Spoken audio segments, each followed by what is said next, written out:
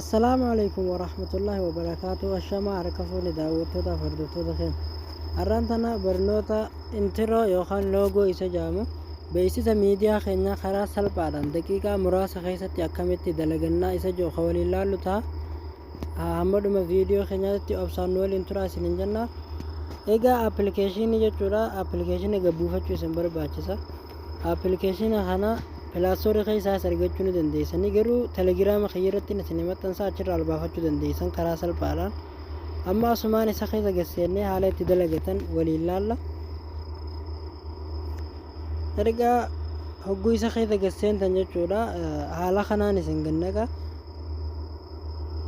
Intiroo babbareedduu ta'e qofaatu as keessa jira jechuudha. As keessa mata barbaadan ta'e isinii ta'e maratattanii akka ajaa'ibaatti irratti dalagachuu dandeessan jechuudha. Mee ammaan tana isii tana filadhee waliin laallu. Isii tana filadhee waliin laallu. Yeroo takkaaf irra gaddoo inni isumaan filadhe tana irratti. Haala kanaan isinii fideebiidha ammallee yeroo takkaaf asirra gaddoo tan bakka daawulood jettu tana irratti taa obsaan eeggattu jechuudha hanga inni daawulood ta'utti.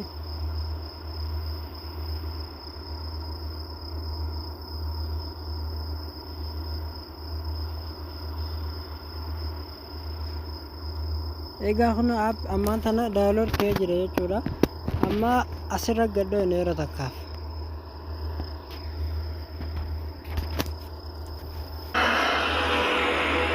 Kun akkuma argitan amma keessa nu gannaqee jira.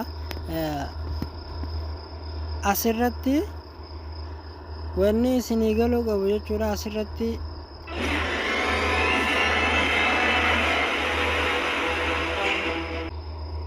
asirratti suuraa teessan barbaadan asirra fidachuu dandeessanii ammoo bakka jalaa tanarratti maqaa miidiyaa keessanii as jalatti barreeffattan jechuudha.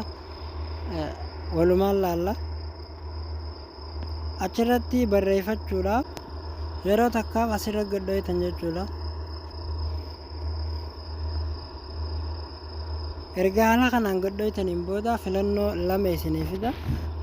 Asirratti suuraa teessan waa piroofaayila keessan jechuudha. Asirraan seentanii fidattanii ammoo asirratti maqaa keessan barreessitanii jechuudha. Amma maqaa barreessinee walumaan haa laallu. Maqaa kiyyaa Abdushakuur Ahmad godhee walumaan itti barreessee haa laallu. Erga haala kanaan itti barreessitaniin booda ammallee asirra gadhooytanii suuraa barbaadan fidachuu dandeessanii. Anammaa suuraa tanaaf erga haala kanaan suuraa filattaniin booda ammallee raayitii tanarra gadhooytan yeroo takka haala kanaan isinii fida jechuudha. Ammallee suuraa tana giingoo deebisuudhaaf roga afreedhatti dhiifachuu yoo barbaadan asirra gadhooytan yeroo takkaaf as keessaa kasii tahe jechuudha. Ka barbaadde as keessaa filatta suurumatee tana tolchee akka adda addaatitti sii fida jechuudha. Anammaan tana as keessa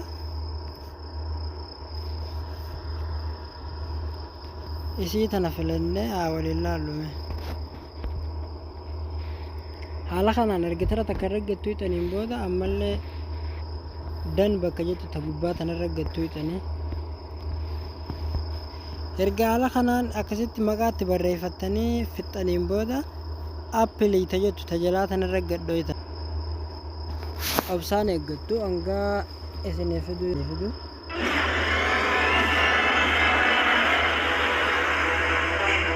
Kunoo akkuma argitan jechuudha ammaan tana bakka reefuun tanaa suuraa birootii fi maqaa biroo as jala fidu san maqaa kiyya kanan itti barreeffadhee fi suuraa tiyya fidee jira jechuudha asirratti.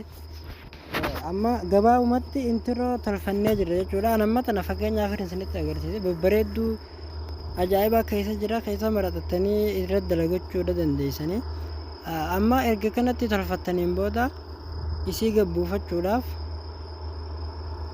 asirra gadhooytanii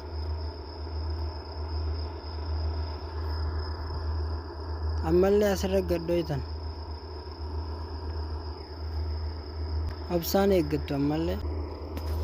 Erga haala kanaan jechuudha daawunlood godhattan booda ammallee seef tajaajiltu sanarra gadhooytan jechuudha. Khalaas seef ta'ee jira jechuudha amma.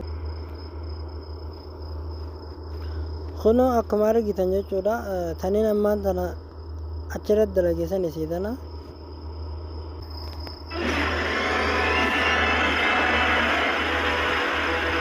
Karaa salphaadhaan loogoo intiroo yookaan jechuudha beeksisa miidiyaa keessanii haala kanaan tolfachuu dandeessanii har'aaf barnoonni keenya asirra raawwatan hanga barnoota birooti walitti deebinutti nagayaan nu turaa isiniin jenna.